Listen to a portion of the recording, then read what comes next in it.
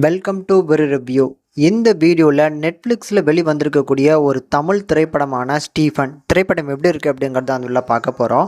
And இந்த படத்தை பொறுத்தளவுக்கு ஒரு சீரியல் கில்லர் பேட்டர்னில் எடுக்கப்பட்ட படம். ஆனால் ஒரு புதுமையான ஒரு ப்ரெசன்டேஷனில் இந்த படம் ரெடி பண்ணி கொடுத்துருக்குறாங்க. எப்படி இருக்குங்கிறத டீட்டெயிலாக இந்த வீடியோவில் பார்த்துடலாம். ஃபஸ்ட்டு கதைன்னு எடுக்கும்போது இந்த படத்தோட ஸ்டார்டிங்லேயே பார்த்திங்கன்னா ஸ்டீஃபன் அப்படிங்கிற ஒரு நபரை காட்டுறாங்க.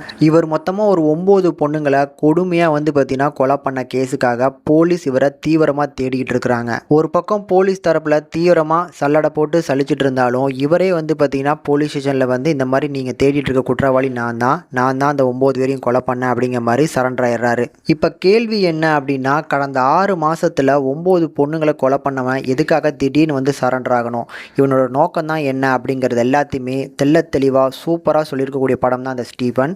எனக்கு இந்த படம் ரொம்ப பிடிச்சிருந்தது. ஃபர்ஸ்ட் ஆஃப் ஆல் இந்த படத்தை அவங்க ப்ரெசென்ட் பண்ண விதமே எனக்கு ரொம்ப பிடிச்சிருந்ததுங்க. சூப்பரான ஒரு கலர் கிரேடிங்கில் ஒரு சூப்பரான எடிட்டிங் ஒர்க்கோட இந்த படத்தை சூப்பராக நரேட் பண்ணியிருக்கிறாங்க. ஆக்சுவலி பார்த்திங்கன்னா நம்ம பழக்கப்பட்ட ஒரு சீரியல் கில்லர் படத்தோட கதை தான். ஆனால் இவங்க அந்த ப்ரெசன்டேஷன் வைஸில் தான் அந்த படத்தை ஒரு புது எக்ஸ்பீரியன்ஸை கொடுக்குறாங்க அப்படின்னு சொல்லுவேன்.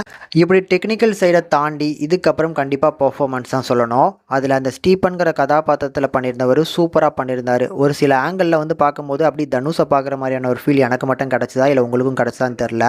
சூப்பராக பண்ணியிருந்தார். பர்ஃபார்மன்ஸ்லையுமே அந்த ஒரு சில இடங்களில் அந்த கேரக்டருக்கு ஏற்ற மாதிரி நிறைய இடங்களில் நல்லாவே ஸ்கோர் பண்ணியிருந்தார்.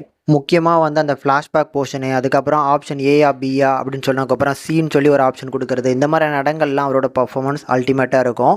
இதுக்கப்புறம் கண்டிப்பாக ஒரு 2 கதாபாத்திரங்கள் இருக்கிறாங்க. அது பார்த்திங்கன்னா ஹீரோவோட அந்த ஃபேமிலி அப்பா அம்மான்னு சொல்லி இந்த 2 கதாபாத்திரங்கள் கொஞ்சம் ஸ்பேஸ் தான். அவங்களோட சூப்பரான ஒரு பர்ஃபார்மன்ஸ் அந்த குறுகிய நேரத்தில் பார்த்திங்கன்னா நல்லா பண்ணிட்டு போயிருந்தாங்க.